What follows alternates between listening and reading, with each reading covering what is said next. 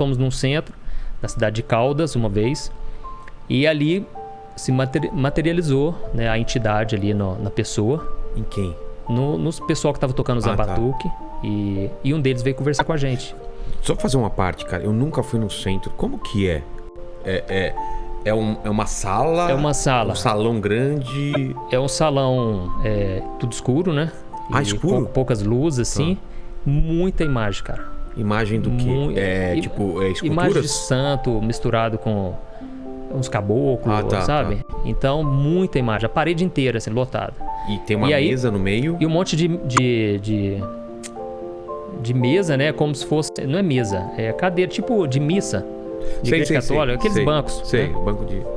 Então, muitos bancos, pelo menos nesse que eu fui, né? Tá. E uns caras tocando tambor, E aí tem um momento de tocar os tambores, os zabatuques, eles invocam lá as entidades, né? E o que acontece? Antes disso, você pode ir lá consultar o pai de santo, né? Que aí ele te dá alguma informação, alguma revelação, né? Que ele teve ali de sua vida e tal. E aí eu fiquei muito assustado com aquilo na hora que eu vi o sobrenatural ali. O que você viu, cara? Eu vi... Nossa, que susto! A gente falando de sobrenatural, aparece uma loira do nada com pizza aqui. Ele tá falando que materializou um negócio lá e você aparece do nada, Mari. Dá um oi pra câmera aí. Oi, tudo bem? Que isso? Vocês não tomaram susto? Ah, vocês estão vendo de lá, né? Eles estão acostumados comigo. Você quer qual? A gente veio aqui, obrigado. A Ó Pizza. Ó Pizza que mandou pizza pra gente. Deu uma pra eles aí. Ó, tá aqui, daqui a pouco a gente pega, tá? Então vamos lá. Então, nossa, Mari, que susto, cara. Tá, peraí. O que você viu se materializando? Como que é? É uma imagem meio... Cara, o que eu vi ali foi o pessoal se contorcendo, sabe? Eles começaram a tocar, de repente... O rosto? Não, o rosto não. Como assim? Começaram a mudar a posição deles ali, entendeu? Entendi. E começaram a mudar, assim, a forma deles dançar, né? E... aí eu fiquei assustado, só que ao mesmo tempo muito curioso eu era, né? E o que acontecia? Eles davam uma risada muito macabra, cara. Risada tipo, sabe essas coisas que você vê em filme? Em filme de vilão, de filme. Exatamente, cara. Ó, pega aqui, depois a gente pega, senão... O pastor depois pede, aí a gente já Opa, a pizza de São Paulo é famosa. É boa demais, cara, é boa demais. Umas risadas contorcendo. Exatamente. E aí, o que eu presenciei lá foram, assim, crianças... uma moçada bem nova ali, cara, bebendo, fumando, sabe? E aí eles explicaram o seguinte, ó, não precisa preocupar, porque aqui, tudo que a pessoa ingere não é a pessoa, é a entidade. Então a pessoa não fica tonta, entendeu? Que doido isso, cara. Exatamente, cara. E aí eu vi uns menininhos novinhos, cara, pitando, sabe? E bebendo cachaça, né? E falando com outras vozes, assim, ou não? Não, eles não. Mas aí, o que aconteceu? Esses caras que ficaram se contorcendo, vieram falar com a gente. Então eles vêm e dão a consulta ali, né? E veio conversar comigo e com essa moça. Ele não é mais uma pessoa, ele é uma Não, ele já tá incorporado ali. Tá. E aí... o tal do cavalo, né? Que eles falam, né? Exatamente. E aí, cara, ele só falava coisa boa, sabe? E ele falou, rapaz, ó, tira esses brincos aí, cara. Seu pai não deve gostar. E ele falou, vocês formam um casal tão bonito, né? Hoje em dia, tanta gente divorciando, né? Tanto casal separando. Mas o cara dava uma cisada que eu não entendia, cara, sabe? Hoje eu entendo, sabe? O inimigo é que destrói mesmo, né? Ele veio pra destruir relacionamentos, né? Isso era o que? Era uma forma de te pegar com coisas boas? A Bíblia diz que Satanás, ele se disfarça de anjo de luz, né? Então ele não vai vir de uma forma aterrorizante, senão a gente ia identificar primeiramente e depois ia fugir disso, né? Então ele sempre vem de forma, né, disfarçada. E aí ele falou assim, olha, eu vou dar o meu nome pra vocês. O dia que vocês precisarem de ajuda, é só me chamar que eu resolvo qualquer coisa. E ele falou o nome? Falou. E eu guardei esse nome, cara, por uns 2-3 anos, sabe? Não falava pra ninguém. Por quê? Aí eu me converti logo em seguida, né? Tá. Mas não era o nome do cara, era o nome de uma entidade. Da entidade, cara. Mano, eu tenho medo dessas coisas, cara. Não, e eu achei o máximo, cara. É mesmo? Na época você achou? Nossa, agora eu cheguei nos ensaios da banda, cara. Falei, gente, eu chamei o fulano aí pra assistir o ensaio com nós. O espírito lá? O espírito. E os caras? E tinha um lá, o baixista. Hoje ele é crente, ele firme com Deus. E ele se converteu junto comigo no mesmo dia. Olha. E o cara conhecia a palavra, só que não queria ir pra igreja, entendeu? Então, ele ficava com medo também. E aí o que aconteceu? Naquela semana seguinte, cara, que nós fomos nesse especificamente, foi a pior semana da minha vida. Você pode falar o nome ou é melhor não falar o nome dessa entidade aí? Então, eu não lembro, cara. Putz. Entendeu? Eu guardei por um... É até bom não falar o nome pra ninguém chamar, entendeu? Ah, tá. Porque senão a pessoa na curiosidade, né? Entendi. Resumindo, aquela semana seguinte foi a pior da minha vida, cara. A seguinte que você foi nesse terreiro. Nesse terreiro. É. Por quê? O que aconteceu? Pensamento de morte o tempo todo. É mesmo? Invadindo? Eu achava que a qualquer momento, se eu andasse na rua, um caminhão ia me pegar, um carro. E eu cheguei a escrever uma carta despedindo da minha família, sabe? Nossa, e eu tinha uma frustração comigo, que era o seguinte: o meu pai sempre foi um empresário muito bem sucedido, muito empreendedor, sabe? E ele soube lidar muito comigo, e eu agradeço a Deus, cara. Inclusive hoje ele é o que mais acompanha meus vídeos. Vixe, assiste todos, né, que eu coloco. Só que ele queria que eu tocasse a carreira dele. Meu pai sempre foi fotógrafo, né, por mais de 45 anos. Manja muito de fotografia. E eu nunca consegui, cara, aprender a tirar foto. E nunca consegui filmar um casamento. Então aquilo pra mim era muito difícil, sabe? E o que acontece? Aí eu escrevi essa carta, esses pensamentos de morte o tempo todo. E aí eu pensei, eu vou chamar essa entidade. Entendeu? Eu vou chamar porque eu tô precisando de socorro, cara. Então ele mesmo mostra. Ele dá o problema pra você consultar ele, pra você ficar amarrado nele. É isso que eu vejo, às vezes as pessoas assim não entendem isso, né, cara? Você vai nos lugares, lê a sorte e tal, aí a pessoa te dá uma solução porque já vem com problema junto. Exatamente, se você não fizer isso, vai acontecer aquela coisa, então você. E aí pra resolver isso entra na cabeça, não é? Lógico. E aí ele te dá com a mão e te puxa com a outra, né? E você chamou? Então, não, aí o que acontece? Eu fui pra casa e quando eu entrei no quarto, cara, pra chamar, eu senti alguma coisa. Tava decidido. Eu senti alguma coisa falando pra mim, não faz isso que não é de Deus. Como? Um pensamento? Eu acredito que foi um pensamento. Alguma coisa falou isso pra mim, cara. Mas hoje eu vejo que já era Deus, claro, sabe? que é Deus. Através do Espírito Santo me chamando pra não fazer isso. Eu não sabia. A mãe do meu pai, ela era católica, fervorosa e tinha muito problema de saúde. Um dia, uma irmã orou por ela, uma irmã da Igreja da Graça. E, cara, ela melhorou absurdamente, teve uma melhora muito grande e ela se converteu. E ela, então, ela ia lá no meu quarto, e lá no meu quarto era doidão que nem assim, né? Pelo menos o armário lá de casa. Cheio de coisa. Cheio de gnomo. Onde eu ia, tinha que comprar um gnomo, uma bruxa. É mesmo? Um mago. Eu gostava demais de esoterismo.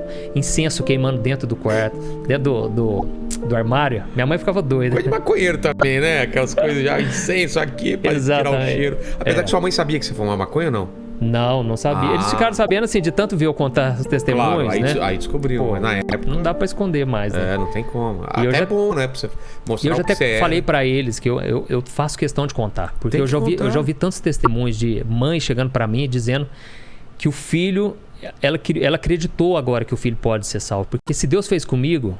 Pode fazer qualquer um, claro. Entendeu? A gente tem tanto testemunho aí de casos tão absurdos. Claro, tudo é possível. Exatamente. E então, serve de estímulo. Você ouviu essa voz, não faz isso, não chama a entidade. Não chama. Eu acredito que é porque a minha avó já estava orando por mim, sabe? Eu não sabia disso, era muito recente ainda. Mas quando ela chegava de frente ao armário, ela falava, Juninho, eu posso orar pelas suas coisas? Eu falava, avó, pode orar aí, né? E ela orava. Você não acreditava? Tanto cara, faz, entrava né? no ouvido e saía no outro. E nem ela talvez imaginasse que Deus já estava agindo ali, sabe? Eu vou te explicar por quê. Primeiro porque ela não via mudança nenhuma externa em mim, nada acontecendo em mim que pudesse demonstrar que eu estava sendo tocado por Deus. Mas ali foi um toque de Deus para eu não chamar. De repente essa moça me liga. Eu não lembro se foi no mesmo dia ou no dia seguinte. A minha ex-namorada. E ela me ligou chorando e falou, vem aqui que eu preciso conversar com você. E nós tínhamos planos, né, pra casar, tudo. Sim. E apesar de ser minha primeira namorada, mas, né, quando eu cheguei lá, cara, ela falou assim, olha, não sei explicar, mas eu tô vendo a minha mãe, cara. E a mãe dela já tinha falecido. Já fazia uns 5 anos. E ela falou, eu tô vendo a minha mãe no quarto, no corredor. E ela falou assim, eu tô com uma dor de cabeça muito grande. Não sei o que é. E outra coisa, eu acho que não vai dar certo a gente continuar. E ali ela rompeu o namoro. Quando eu estava indo embora da casa dela, eu lembro direitinho, era uma rua escura. Inclusive eu tive vários livramentos na minha adolescência, porque eu tinha essa banda de rock e a galera tinha muito ciúme, inveja, sabe? Porque eu sempre vim de uma família muito boa, o pessoal da minha banda também era bem de condição assim.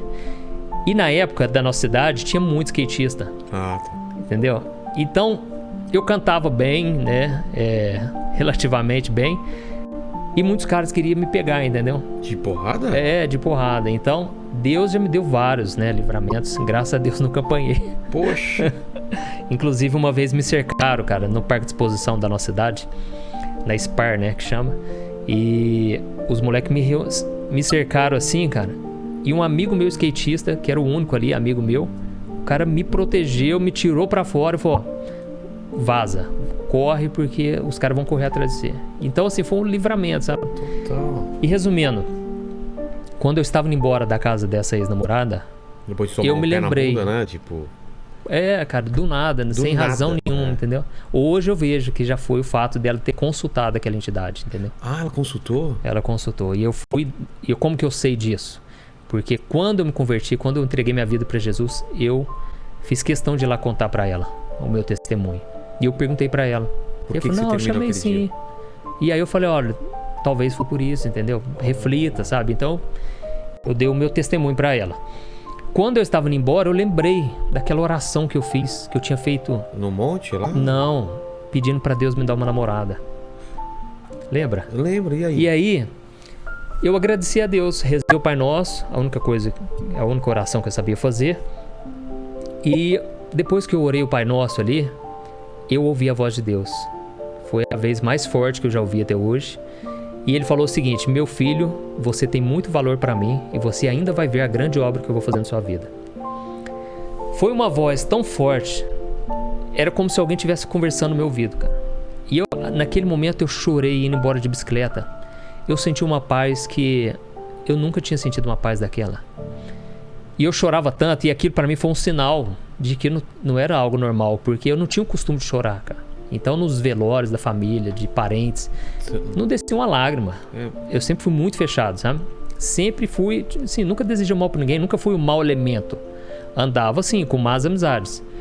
Mas eu não chorava, cara. E ali eu chorei que nem uma criança, cara. E eu não sabia explicar, eu só sabia que o Deus que criou o céu e a terra tinha falado comigo. Fui embora clara. Muito clara, muito clara. Foi uma experiência fortíssima. E o que aconteceu? No dia seguinte, cheguei na escola, contei pros meus amigos tudo, né? Cara, eu tive uma experiência ontem, Deus falou comigo. Pô, a molecada começaram a rir, tirar com a minha cara. Pô, você é o mais bagunceiro aqui da turma, cara. E outra, Deus não fala. Como é que Deus fala com alguém? Não é assim não, cara, que você foi coisa da sua cabeça. Cara, a partir dali eu não sabia, mas o inimigo tentou tirar aquela experiência da minha mente o tempo todo, sabe? Meus amigos pegaram meu pé pra ir pra festa. É besteira, coisa da sua cabeça. Exatamente. Né? Até mesmo porque eles não entendiam isso. Nem eu sabia que Deus podia falar com alguém assim. Passou o tempo, fiz 18 anos. Como eu disse, eu tinha muitos planos com a banda deu errado. Nunca encontrava um baterista, né? Você já teve banda, não? Já. Você já teve banda, né? Mas o baterista é ele, olha lá, o baterista lá. Fazendo sabe. Esse sinal aqui sabe, pra pastor, ó. Esse sinal, rapaz. Vou orar por você depois. Ô, Lene. E aí, os meninos tentaram tirar isso da minha cabeça o tempo todo, né? Porque o que aconteceu? Eles acharam que ia atrapalhar a banda, ia atrapalhar tudo? O fato de você se converter? Não, esse foi o pessoal da escola, nem foi o pessoal da banda. Ah, tá. Entendeu? E eu mesmo ignorei e achei que era coisa da minha cabeça. Passou o tempo, fiz 18 anos e eu tinha muita vontade de um dia morar em São Tomé das Letras, que é cidade mineira, perto dos Três Corações, exatamente. Muito gnomo, muito bruxo. Fui um dia assistir ao show do Zé Ramalho e aquilo era minha praia, cara. Era aquilo que eu queria pra minha vida. Inclusive meu pai falava: Juninho, mas você sabia que a hippie, né, a mulher hippie não gosta muito de tomar banho, ela toma banho de cachoeira. Mas esse era o modo de brincar, viu, gente? Às vezes tem alguma moça que é hippie aí que tá nos ouvindo. E aí, meu pai falava: Juninho, você não tem ambição? Você não tem vontade de um dia ter um carro, ter uma casa? E eu falava, não tem não, pai. Nenhuma ambição. Sabe o que eu queria fazer o dia inteiro? Ficar desenhando, eu gostava muito de desenhar. Pintava, né? Bruxo, gnomo, vampiro. Ah, é? Gostava de desenhar monstros. Tinha que ser feio, Sei. né? E gostava muito de artesanato, cara. Então eu queria viver disso, sabe? Inclusive, uma vez, quando eu era adolescente ainda, um moço foi pedir comida lá em casa. Era domingo à tarde, depois do almoço. E eu senti um amor tão grande por ele, cara. E eu fui lá na despensa e peguei muita coisa, sabe? E levei pra ele. E aquilo me marcou muito, porque eu senti muita compaixão daquele cara. Eu não sabia, mas aquilo já tá ligado com o meu chamado hoje, sabe? Já tinha ligação com o que eu vivo hoje. Então eu pensava, eu quero viver disso, cara. E viver um dia após o outro. Nada dessa vida louca de ficar trabalhando até se matar. Não, eu queria viver a vida mais leve. E aí, quando eu fiz 18 anos... O que aconteceu? Eu peguei a carteira de motorista, né? Tirei a carteira. E eu me lembrei de um primo meu, que a adolescência inteira, a gente passou, inclusive ele tá assistindo a gente. Nós que fizemos todas essas bagunças, a gente pichava muro. Cara, tinha nada, né? Nada de proveitoso. E eu me lembrei que quando a gente era adolescente, ele morou lá na minha cidade, né? E a gente pensava, cara, hoje a gente não pega ninguém. Mas na hora que nós tiver um carro, aí eu quero ver. Nossa, aí muda. Cara, moleque é sempre assim, a gente pensou, na hora que tiver um carro... Aí né? resolve, né? Aí vem o mendigo e aí prova que a gente tá errado, né?